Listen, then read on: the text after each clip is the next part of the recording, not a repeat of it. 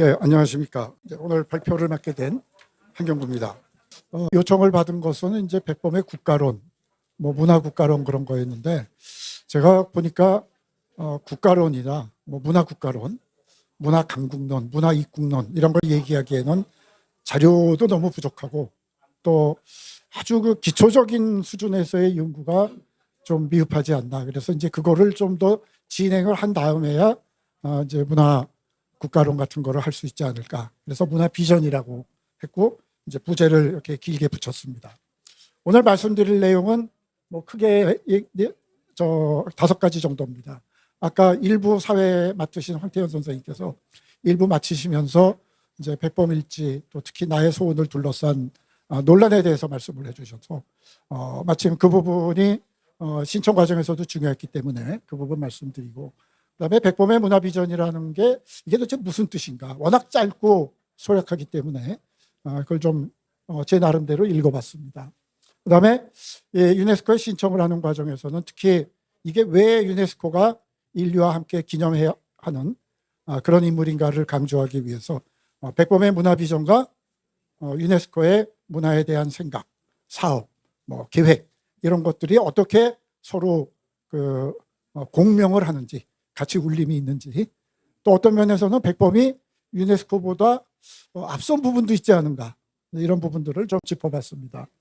그다음에 이제 올해가 백범 탄신 150주년을 되는데 유네스코 기념회를 지정을 했다는 것이 이게 어떤 의미를 갖는가, 우리가 이것을 어떻게 잘 활용을 할 것인가, 여기에 대해서 좀 생각을 해보고, 그다음에 이제 뭐 앞으로 뭘 하면 좋을까, 그런 얘기를 제 생각도 좀 해봅니다.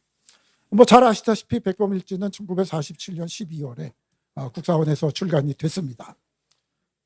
회고록인 동시에 이제 그 정치적인 소망을 담은 글이죠. 여러 번 편집이 됐습니다. 백범일지는 고쳐 쓰고. 그래서 이제 일지인데 뭐 매일매일을 기록한 그런 일지가 아니라 아까 강조하셨지만 일종의 회고록입니다. 원래 쓰여진 목적은 언제 독립을 성취할지도 모르고 이러다가 언제 죽을지도 모르니까 두 아들에게 내가 누구였다, 어떤 일을 해왔다는 걸 알려주고 싶다. 이제 그렇게 시작을 했다가 해방이 되고 고국에 돌아와서 이걸 일반인들에게도 읽히기 위해서 상당한 이제 수정이 가해지게 되고, 또 백범일지 연구가인 도진순 교수에 의하면 그때가 이제 백범이 그 미군정에 굉장히 잘못 보여서 정적들과 미군정에게 아주 시달리면서 장덕수 이제 그 살해 사건의 배후 인물로 재판에 이제 뭐 증인으로 불려 나가고 그럴 때입니다. 그래서 그런 묘한 시기에 이제 나온 거고, 또 나의 소원은 아까 이제 그 100% 이광수 작품이다 그런 얘기가 있는데 백범일지의 서문을 꼼꼼히 읽어보면 백범이 거기서 그럽니다. 이 나의 소원은 우리 이제 민족이라는 게 기본적인 철학이 있어야 되는데 내가 이거를 정리를 해놓은 거니까 독자들께서는 이 부분을 좀 주의 깊게 읽어달라고 당부까지 하신 글입니다. 그래서 이제 그런 자료고 이제 근현대사의 뭐 핵심 자료죠. 이제 이 나의 소원은 옛날부터 제가 뭐 그 글에다가는 조금 자세히 써놨습니다만 백범일지 원본을 이광수가 없애버렸다. 그래서 우리가 지금 읽고 있는 백범일지는 이광수 작품이다. 이런 주장부터 시작해서 일지라는 것은 높은 뜻인데 자기가 자기 책에 일지라는 이름을 붙이는 법이 어딨냐. 근데 보니까 뭐 우리 그 경제학교의 원로 선생님도 학현일지라고 책을 내셨더라고. 그리고 이제 그 일이라는 것은 높은 뜻도 있지만 도진승 교수가 굉장히 상세히 해설을 했는데, 그러니까 일화 또는 이렇게 숨겨져 있는 얘기들 이런 것들을 드러내는 거다. 그러니까 이건 이제 일지, 우리가 사전에 보면 글자라는 거는 여러 가지 뜻이 있죠. 그 중에 이제 1번만 따라가다 보면 그런 오류가 나옵니다. 근데 이제 이 윤문을 이광수가 했다고 그러는데 이광수는 이제 다 아시다시피 친일 행적이 굉장히 많았던 분입니다. 본인은 다른 사람들의 목숨을 구하기 위해서 이제 이 한 번 던져서 희생했다고 그럽니다만 굉장히 많은 사람들이 이제 이광수에 대해서 굉장히 싸늘하고 비판적으로 보고 있고, 또 이제 재주가 있는 분이기 때문에 많은 사람들이 그걸 안타까워하고 어떻게 해서든지 또 이광수를 위한 변호를 하고 있는 그런 상황입니다. 하필이면 이제 이광수라서 굉장히 많은 논란이 있는 거죠. 근데 이제 어쨌든 백범일지 그 친필 원고 뭐 앞에 원고들이 공개가 되고 이걸 꼼꼼히 이제 도진순 교수가 일일이 대조를 하고, 도진순 교수 그 결론은 이광수가 유문을 했다고도 그러는데 읽기 편하게 만든 건 있지만 중요한 왜곡 무슨 이런 거 하나도 없다. 이게 이제 도진순 교수가 꼼꼼히 대조한 끝에 내린 결론입니다. 그 돌베개라는 출판사에서 백범일지가 두 가지가 나와 있죠. 그 중에 하나가 정본 백범일지입니다. 거기에 보면 이제 도진순 교수가 거의 80페이지인가 100페이지 가까이 해제를 쓴 게 있습니다. 자기가 조직 검사를 했다고 그래요. 여러분 저 병원 가시면 저 딱 잘라서 조직 검사하지 않습니까? 네, 그래서 이제 거기 보면 도진순 교수는 그렇게 결론을 내렸는데 나의 소원은 소위 말하는 원본이 없습니다. 그러니까 이제 도진순 교수도 기자가 물어보면 글쎄 뭐 이광수가 손을 댔다 그러면 나의 소원 정도가 아닐까 이제 그런 그 논란이 많은 거죠. 이제 이광수가 썼다 그래서 이제 제가 유네스코 한국위원회 사무총장을 맡을 때 이거를 이제 그 착안을 해서 백범 기념사업회하고 한번 하시는 게 어떠냐 권해가지고 시작이 되는데 이걸 시작을 하려니까 이 문제가 마음에 걸립니다. 그렇지 않습니까? 친일파가 100% 써준 글을 유네스코에 올리면서 이분을 지정해달라 그랬다가 나중에 그 말이 나오면 그 무슨 망신이고 황당무계한 일이 됩니까? 그래서 이제 저도 나름대로 조금 그 검토를 했습니다. 제가 이제 전공은 문화인류학이고 그 이제 한국 근현대사 전공자는 아닙니다만 저도 이제 저희 할아버님께서 상해 임시정부에 그때 이제 아주 어린 나이였지만 임시의정원 의원으로 활동을 하셨고 그래서 이제 여기 지금 이 의정원 홀에 서 있는 것도 좀 감개무량합니다. 그리고 제가 문화인류학을 했지만 그래도 서울대학교 국사학과 석사과정을 3학기나 다녔습니다. 그래서 이제 역사학이 아주 문외한도 아니고 또 저희 아버님이 출판사를 하셨는데 역사책이 집에 굉장히 많았습니다.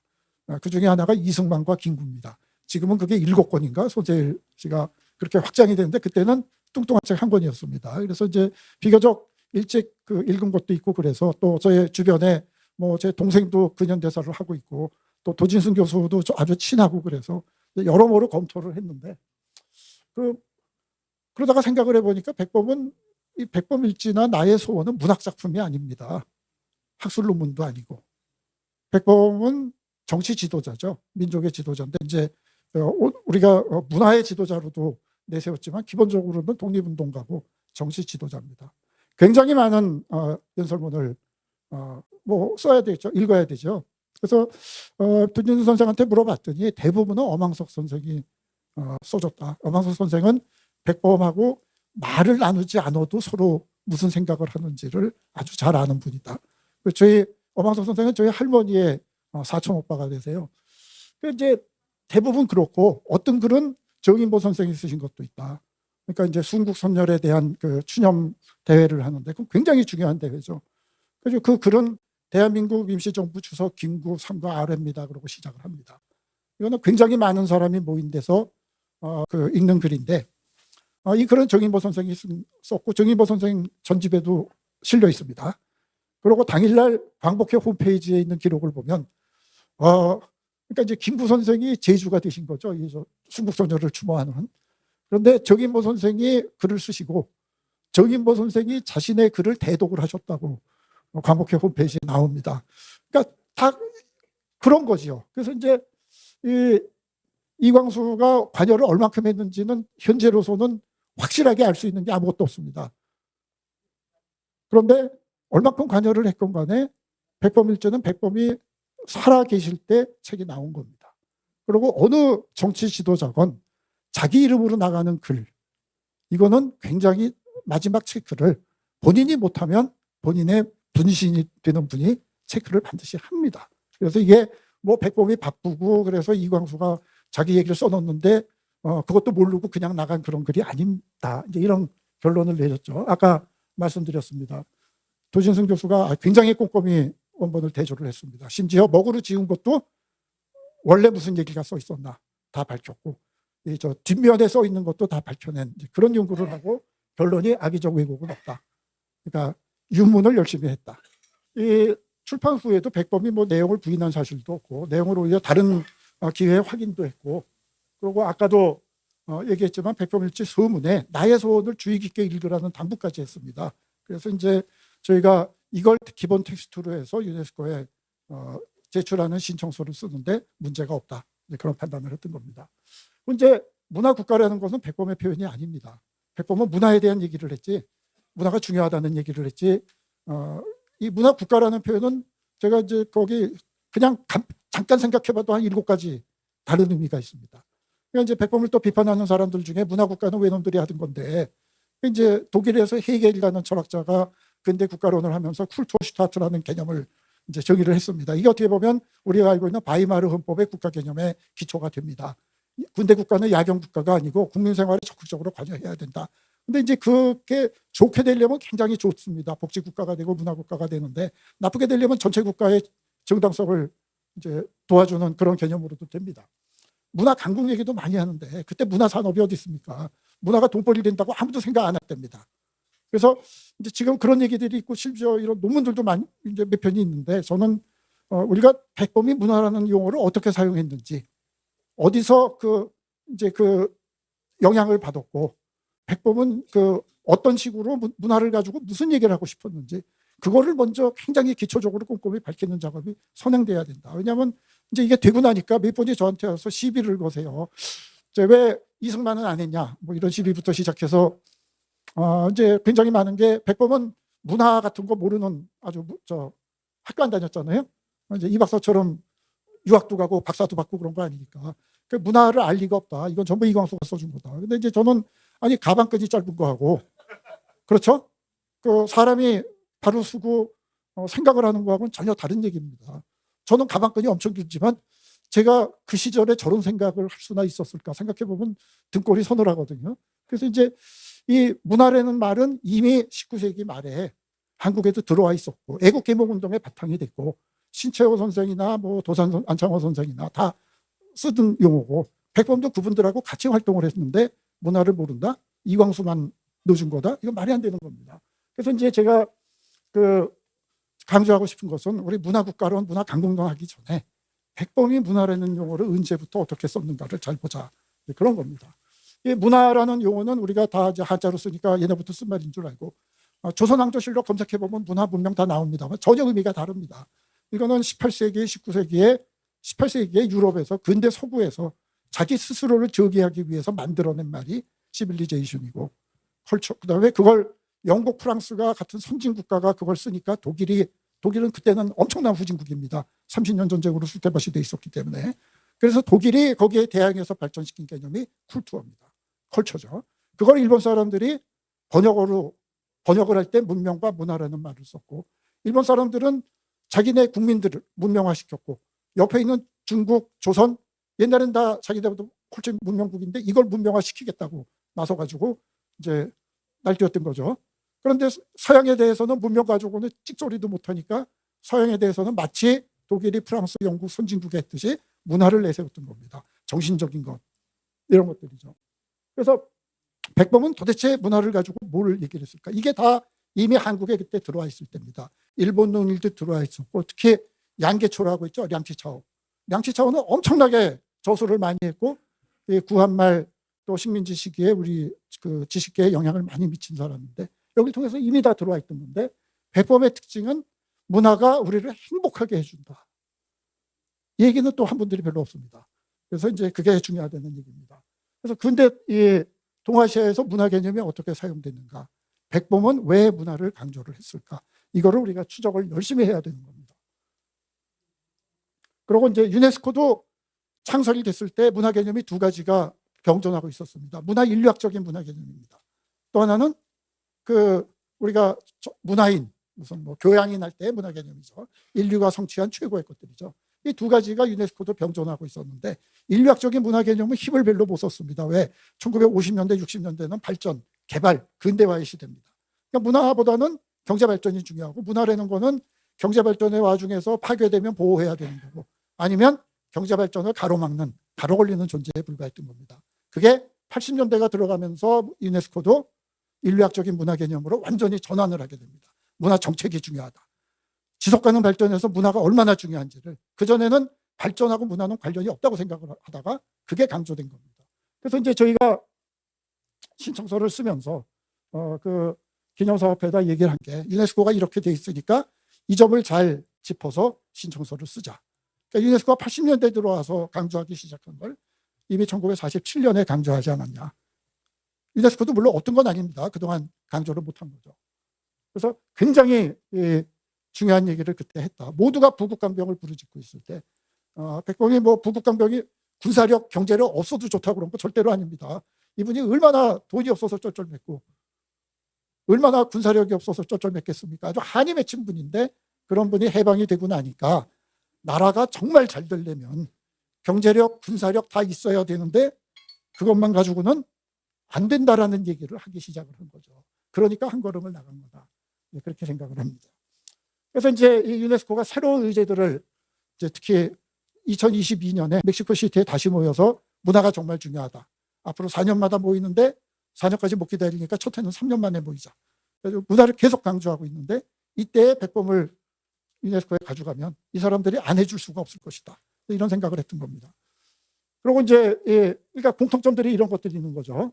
문화를 통한 행복, 문화를 통한 평화. 굉장히 아름다운 얘기죠.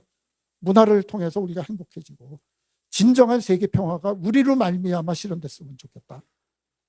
이거 영어로 번역해가지고 한국에 온 유네스코 대표들한테 나눠주고 우리 신청하려고 그러는데 도와주실랍니까? 그러니까 뭐 만장일치로 다 도와주겠다. 안 그럴 수가 없죠. 그리고 평화의 문화라는 표현을 사용을 합니다. 이것도 딱 한 번 나옵니다. 유네스코가 평화의 문화라는 표현을 쓰기 시작한 건 1980년대 후반입니다. 유엔에서 80년대 후반 90년대에 걸쳐서 사용한 건데 47년에 딱 한 번밖에 안 나오지만 어쨌든 문서로 증거가 있는 거죠. 네. 이제 윤리적 태도는 뭐 사랑을 얘기한 걸 두고 이광수는 소설 이름이 사랑이 있죠. 이게 이광수 거다 그러는데 제가 보기에는 백범이 그 자비 얘기를 합니다. 그러니까 원래 유학 공부했고 마곡사에서 스님 노릇도 했고 그다음에 뭐 저 교회 가서 세례도 받았잖아요. 그러니까 이 다 얘기를 하고 있는데 그게 왜 이광수를 아이디어래야만 사랑을 얘기하겠냐 이런 생각들을 한 거죠. 그래서 문화가 중요하다는 얘기를 한 겁니다. 그리고 문화를 강조한 게 이게 이제 또 어떤 분은 그래요. 백범이 무지 나이브하다. 아니 우리나라가 그때 얼마나 가난하고 냉전이 시작되고 국제정세라는 게 얼마나 냉혹한 건데 여기 정착자들 계시지만 근데 이 문화 가지고 나라가 되겠냐. 근데 저는 백범이 나이브해서 그런 얘기를 한 게 아니라 경제력, 군사력 다 중요합니다. 그런데 정말 잘 살려면 문화가 있어야 된다. 그리고 이 강대국들이, 열강들이 전횡을 하는 국제사회에서 그래도 뭐를 하려면은 이제 옛날로 말하자면 명분이죠. 말빨, 정당성. 이런 게 중요한 겁니다. 권력만 중요한 게 아니라 권위가 중요한 거 아닙니까? 그래서 이거는 우리가 이제 정치학에서도 정치학자 앞에서 자꾸 정치학 얘기를 하면 좀 쫄립니다만 소위 이제 현실주의 정치학들은 이 가치나 도덕을 얘기하는 사람들은 아주 나이브하다고 어리석게 보는 분들이 계시는데 저는 나이브하고 어리석어서 도덕 분자 노릇을 하는 분도 있겠지만 사실은 명분을 얘기하는 사람들이 더 교활할 수도 있습니다. 도덕을 얘기하고. 제가 어느 그 유엔 유네스코 회의 가서 그런 얘기한 적이 있습니다. 유엔은 가면은 넥타이 메고 앉아 있지만 이건 다 조폭 같은 놈들이다. 저 책상 밑으로 걷어차고 끌고 나가서 패고 때려 죽이기도 한다. 유엔 안 버리려는데 그런 데입니다. 협박하죠. 넥타이만 메고 있는 겁니다. 유네스코? 저도 유네스코 활동 열심히 합니다만 가면 굉장히 이제 저희처럼 전문가들은 순수하게 이상 가치를 얘기를 하는데 거기 와 있는 국가대표들은 대부분은 이건 정말 사기꾼들의 말잔치입니다. 근데 사기꾼들의 말잔치에서 말빨이 없으면 아주 비참해지는 겁니다. 저는 백범이 산전수전 다 겪은 독립운동가가 나이브에서 문화를 얘기했다고 보지는 않습니다. 이제 빨리 가야겠네요. 그래서 이제 기념회가 됐습니다. 기념회가 됐다는 것은 유네스코라는 이름을 내걸고 이것저것 할 수 있다는 겁니다. 유네스코는 돈을 주는 게 아니라 유네스코라는 로고를 쓸 수 있는, 이름을 쓸 수 있는 기회를 주는 겁니다. 그러니까 이건 뭐냐면 어디 백범 들어보지도 못한 나라에 가서도 유네스코 기념인물이다 그러면 일단 그래요 그러고 일단 들어본다는 거죠. 근데 거기까지입니다. 그 다음부터는 우리가 어떻게 하느냐에 달린 거죠. 그래서 이제 유네스코 선정 기준은 저 국가의 창립이나 뭐 민족해방, 독립 이런 거 제외입니다. 이제 저희 직원들이 다 총장님 그거 제외라는데요. 그래서 야 우리가 독립운동으로 가는 거 아니다. 이분이 독립운동 나라가 뺏겼을 때니까 당연히 독립운동 하는 거죠. 그거 안 했다고 그러자는 게 아니라 독립운동을 했는데 해방이 되고 나서 앞으로 어떻게 살 건가에 대해서 일본에 대한 증오 버리자. 그리고 우리는 군사력, 경제력만 가지고는 잘 살 수 없다. 문화를 추구하자는 얘기를 한 거다. 그 점을 강조하면 되지 않냐. 그래서 이제 같은 거죠. 그래서 이제 이 함의는 우리가 굉장히 큽니다. 문화 정책에 대한 얘기를 이게 이제 지금 아주 글로벌하게 유네스코에서 가장 큰 이슈입니다. 이거를 한국이 끌고 갈 수 있는 절호의 기회가 된 겁니다. 제가 유네스코 활동하면 굉장히 가슴이 아플 때가 우리가 유네스코에 돈 무지하게 냅니다. 그런데 말발이 없습니다. 말발이 없는 게 우리가 힘이 없어서 없는 게 아니라 무슨 얘기를 하면 좋을지 몰라서 말발이 없는 겁니다. 진짜 선진국이라는 거는 돈만 많은 나라가 아닙니다. 인류가 직면하고 있는 문제가 뭐다? 이거 우리가 고민 많이 했거든. 우리 같이 고민하자. 이거 해결하자. 돈도 좀 내야죠. 이걸 끌고 나가야 되는데 우리는 글로벌 무대에 가면 맨날 우리도 좋은 거 있거든요. 우리도 잘하거든요. 그래서 이제 칭찬받고 인정받고, 물론 옛날에 우리가 가난했으니까 칭찬이나 인정에 굶주려 있는 게 사실이지만 이제는 우리가 등치가 이렇게 커졌고 이 정도 됐으면 이제는 칭찬을 받는 게 목적이 아니라 정말 인류가 어디로 가야 되는가, 여기서 문화가 어떤 역할을 하는가, 우리 한국의 이 문제를 정말 일찍 고민했던 분들이 있다. 봐라. 그래가지고 설득을 하고 끌고 나갈 수 있는 그런 기회가 되지 않았나. 그래서 문화 담론도 주도하고 한류를 이제 아까 질문을 해주셨으니까 그건 제가 답변 시간에 자세히 말씀을 드리겠습니다. 그다음에 제가 광복회도 이 소식을 들었을 때 마침 저 광복회 그 회원님들하고 저 천진에 갔을 때거든요. 그래서 그때 이제 제가 잘난 척하고 한마디 했습니다. 광복회도 독립운동사 과거만 얘기하시지 말고 독립운동을 하신 분들이 어떤 나라를, 어떤 미래를 꿈꾸었나, 그분들이 그런 고초를 겪고 희생을 하면서 우리나라가 어떤 나라가 되기를 바랬을까, 그거를 우리 좀 생각해 보자. 우리가 옛날 얘기를 하면, 옛날 얘기 굉장히 중요하지만 저희도 어렸을 때 6.25 얘기 들으면 처음에는 감동하고 흥분하고 눈물을 흘리다가 자꾸 얘기하면 졸잖아요. 그런 겁니다. 그래서 독립운동사도 앞으로는 좀 미래를 지향했으면 좋겠다. 그다음에 또 하나 굉장히 중요한 게 백범 같은 대표적인 독립운동가 중에 하나고, 이분은 비타협 무장투쟁을 했던 분입니다. 근데 그분이 품었던 생각은 인류가 평화롭게 사는 겁니다. 그러니까 우리가 독립운동이라는 게 일본 놈을 때려잡자가 아니다. 이거는 양국 간의 문제가 아니라 우리는 자유니 인권이니 그다음에 진정한 적극적인 의미의 평화죠. 그냥 싸움이 없는 게 아니라 착취, 억압이 없는 평화. 이런 거를 위한 그 몸부림이 독립운동이었다. 그러니까 독립운동은 보편적 가치를 위한 투쟁이었다. 이걸 우리가 얘기할 수 있게 된 겁니다. 그러니까 신청서에는 이 얘기는 한마디도 안 들어갔습니다. 일본을 자극하면 또 무슨 일이 생길지 모르니까. 그러나 되고 나서는 지금도 이 얘기를 밖에 나가서는 크게 안 떠들어도 됩니다. 백범의 문화에 대한 비전을 자꾸 얘기하면 다들 듣는 사람들이 이런 결론을 내리겠죠. 그래서 이제 우리가 모범상에서 글로벌 무대에 어른이 돼야 된다. 새로운 의제를 설정해야 되고요. 문화는 공공재입니다. 이게 또 백범을 잘 읽으면 그런 얘기들이 나오고, 한류도 그렇게 중요한 거고, 백범이 그렇게 교육을 강조를 했습니다. 실제로 여기 제가 한동안 몸담았던 국민대학교도 설립자는 신익희 선생이지만 이사장은 백범입니다. 국민대학교는 제가 갔더니 다들 우리는 임시정부가 세운 대학이다 그러고 쌍용의 대학이 아니다 그러고 계시더라고요.